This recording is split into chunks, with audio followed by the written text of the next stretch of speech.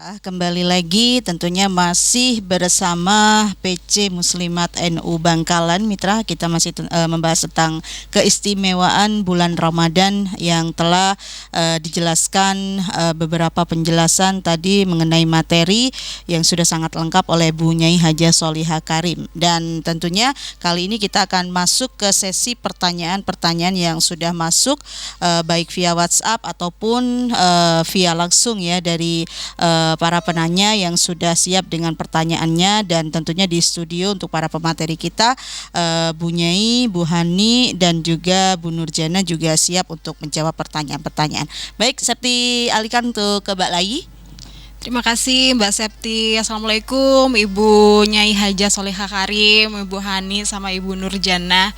Terima kasih banyak atas sedekah ilmunya. Masya Allah, barokallah. Hari ini pagi yang ceria ini kita mendapatkan siraman rohani begitu ya Bu ya. Di tengah hiruk pikuk kesibukan Ramadan, kita diingatkan lagi tentang bagaimana istimewanya bulan Ramadan ini. Nah ini saya langsung saja Bu ke pertanyaan dari PAC Galis Ibu. Tadi Ibu Nyai telah menjelaskan kepada kami bahwa ada satu keistimewaan di bulan Ramadan, yakni turunnya Al-Quran begitu.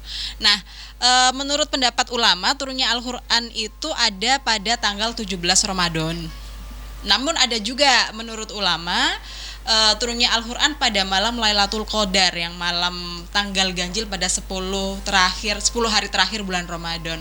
Nah mungkin ini pertanyaan dari PAC Galis, mana yang benar dari kedua pernyataan tersebut Ibu? Dan ataukah ada fase-fase turunnya Al-Quran dalam penurunan Al-Quran di bulan Ramadan? Begitu Ibu Nyai, mohon jawaban dan sedekah ilmunya. Alhamdulillah, pertanyaan yang sangat bagus sekali. Kami akan menjawabnya ya Ibu ya secara runtut mungkin agar orang-orang semuanya yang bertanya biar jelas. Mungkin nanti bisa dibantu dengan Ibu Hani atau dengan Ibu Nurjana.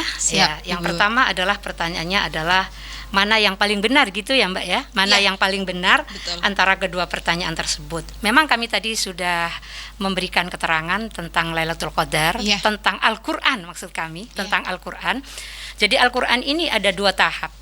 Kalau di sini ada yang mengatakan 17 Ramadan dan ada yang mengatakan malam Lailatul Qadar. Ini memang sama-sama benar. Jadi Al-Quran ini pertama kali diturunkan oleh Allah dari Lauh Mahfuz ke Baitul Izzah ini pada malam Lailatul Qadar. Kemudian kapan tanggalnya ini memang tidak ada yang tahu, memang disembunyikan karena siapapun mungkin tidak ada yang tahu kapan datangnya Lailatul Qadar. Atau mungkin ada orang-orang yang khusus, mungkin orang-orang yang sudah dekat dengan Allah. Ada sebagian ulama yang mengatakan ada juga yang tahu. Tapi kalau kita betul datangnya Lailatul Qadar, tanda-tandanya. Jadi ini kami terangkan lagi di sini. Menurut penanya yang dari PAC Galis ini, memang sama-sama benar, sama-sama turunnya Al-Quran. Cuman di malam Lailatul Qadar ini datangnya Al-Quran dari Lauh Mahfuz ke Baitul Izzah pada malam Lailatul Qadar sesuai dengan sabda Allah, inna anzalnahu fi lailatul qadar, bahwa kata Allah, saya turunkan Al-Quran ini pada malam Lailatul Qadar. Ini secara sekaligus. Begitu. Jadi tanggal 17 Ramadan. Bukan, malam Lailatul Qadar. Malam Lailatul Qadar Ibu ya. Untuk 17 Ramadan sendiri juga merupakan turunnya Al-Quran? Turunnya Al-Quran juga. Jadi yang ada dua tahap tadi itu kan dari Lauh Mahfuz ke Baitul Izzah pada malam Lailatul Qadar. Kemudian yang kedua turunnya Al-Quran. Ini kan kita kenal dengan nuzulul Quran ya Ibu ya. Nuzul itu berarti kita ambil dari bahasa Arab, nuzul itu artinya turun. Jadi kalau nuzulul Quran turun dari atas ke bawah kan? Kalau turun ini dari atas ke bawah. Jadi turunnya Al-Quran itu pada nuzulul Quran 17 Ramadan dari Baitul Izzah. Dari Baitul Izzah, langit dunia. Yang kita lihat di sini ini adalah langit dunia, Baitul Izzah atau bisa juga kita namakan Baitul Sama'i Dunya. Turun kepada Nabi Muhammad melalui malaikat Jibril dan awal kali turun ini adalah 17 Ramadan. Jadi ini perbedaannya ya. Jadi sama-sama benar, sama-sama turun Al-Quran, cuma yang tadi itu secara sekaligus pada malam Lailatul Qadar, kemudian yang kedua secara bertahap, secara tidak secara langsung ya. Itu pertama awalnya dari 17 Ramadan sampai waktu sekitar kurang lebih 23 tahun. Mungkin demikian. Oh, baik. Baik, terima kasih Ibu atas jawabannya, sangat lengkap sekali dan juga sangat menjawab sekali. Ya, wallahu a'lam bishawab. Mudah-mudahan benar ya. Hanya Allah yang Maha tahu gitu kan, Mbak ya. Amin, ya. Kita betul, hanya manusia biasa yang tak terlepas dari salah kan gitu. Siap Ibu. Baik, kita menginjak pertanyaan selanjutnya Ibu Nyai. Kali ini dari TK Muslimat Bangkalan, Ibu. Dijelaskan oleh Bu Nyai tadi bahwa derajat orang tua itu adalah luar biasa terhadap anak-anaknya. Bahkan mungkin orang tua itu bisa menjadi gerbang bagaimana anak tersebut bisa mendapatkan pahala, rahmat, berkah dan lain sebagainya. Nah, ini ada satu pertanyaan, bagaimana cara kita meminta maaf kepada orang tua yang sudah meninggal sedangkan kami mempunyai dosa besar kepada mereka, Ibu. Betul sekali.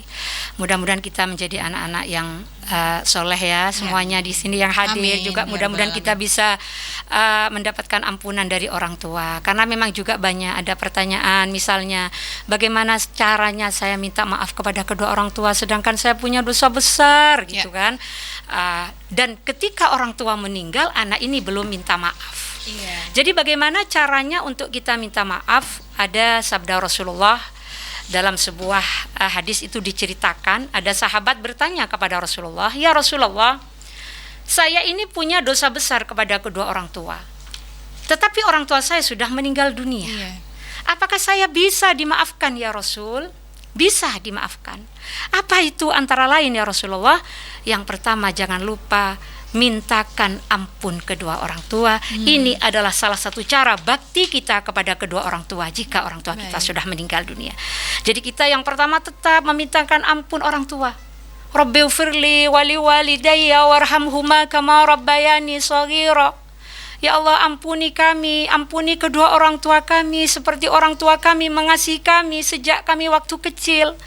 Jadi kita tiap sholat jangan lupa astaghfirullahaladzim li wali waliday, Allah minta maaf kami ya Allah. Jadi bukan hanya kami, kita tidak egois, tapi yang terpenting li kami wali waliday dan kedua orang tua kami. Ampuni ya Rob, ampuni ya Rob. Ini ada juga yang dengan memintakan ampun orang tua. Baik. Kemudian yang kedua juga bisa dengan memberikan sedekah, kemudian sedekah ini kita tujukan kepada orang tua pahalanya. Diatasnamakan. Atas nama orang tua.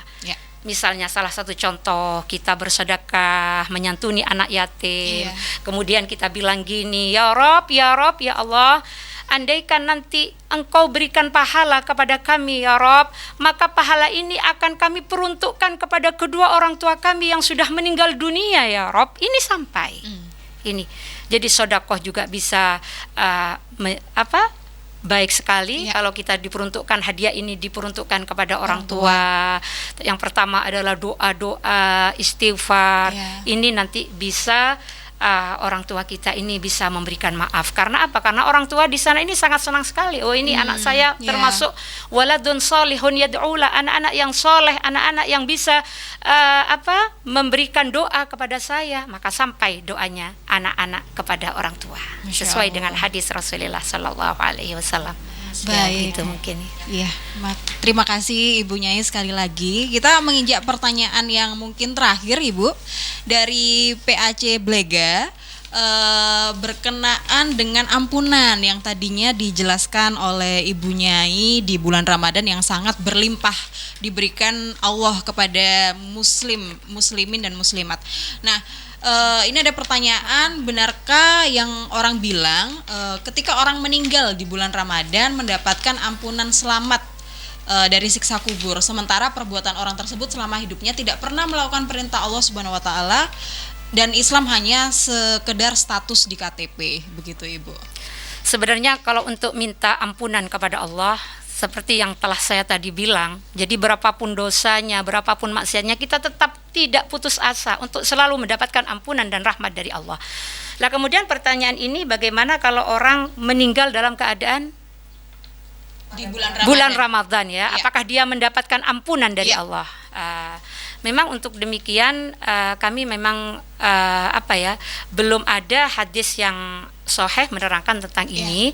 Cuma mungkin kita istimbatkan pada hadis Rasulullah ada yang sahih yang barang siapa meninggal pada hari Jumat misalnya, maka dia akan terbebas dari siksa api neraka. Mungkin kalau kita istimbatkan, kenapa hari Jumat? Karena hari Jumat adalah Sayyidul Ayyam, adalah hari yang terbaik. Jadi orang-orang meninggal dunia pada hari Jumat, karena Jumat juga hari terbaik, hari yang dipilih oleh Allah, maka siapapun yang meninggal pada hari Jumat akan dia diselamatkan dari siksa kubur. Kemudian untuk yang bulan Ramadan meninggal dunia, misalnya kalau misalnya ada orang yang begitu tidak baik sama sekali ya, bahkan di keluarganya, sahabat-sahabatnya, mereka itu ada orang yang gak pernah mengerjakan hal-hal yang baik sekalipun sama sekali misalnya, kemudian dia meninggal di bulan Ramadan, bagaimana? Lah ini semuanya adalah hak prerogatif Allah ya, yang menentukan manusia untuk masuk ke sorga, untuk masuk ke neraka adalah merupakan hak prerogatif Allah. Bahkan dalam sebuah hadis ada Rasulullah ini mengatakan ada orang yang begitu baik pekerjaannya, sampai begitu baiknya sehingga tidak ada jarak antara dia dengan sorga. Tapi ada juga dia yang masuk neraka walaupun dia baik. Seperti misalnya Barsiso, kita tahu bagaimana Barsiso begitu saktinya, dia punya santri 60.000 santri bisa terbang semua, dia orang alim, ahli ibadah, tapi dia meninggal dalam keadaan kufur kepada Allah. Baik. Tapi bagaimana kita lihat ketika ceritanya Nabi Musa, ada seorang hamba yang di situ dia tidak dimandikan, tidak dikafani, kemudian Allah menegur Nabi Musa, wahai Musa, tolong, aku punya hambaku ini adalah orang baik, kenapa dia tidak disolat, tidak diremehkan gitu. Ternyata dia orang yang baik. Jadi yang baik, jelek, ini semuanya kita hanya berharap kepada Allah. Mudah-mudahan kita husnul khotimah. Kemudian ini satu lagi, untuk yang meninggal bulan Ramadan memang belum ada hadisnya, tapi karena Ramadan ini adalah bulan ampunan, bulan baik, dilipat gandakannya pahala.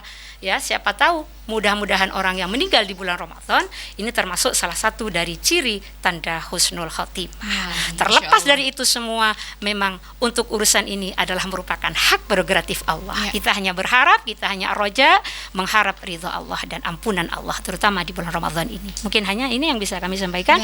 Mungkin ibu-ibu yang ada lagi. Ya, terima kasih untuk Ibu Nyai ya, sudah menjelaskan secara detail pertanyaan-pertanyaan yang sudah masuk.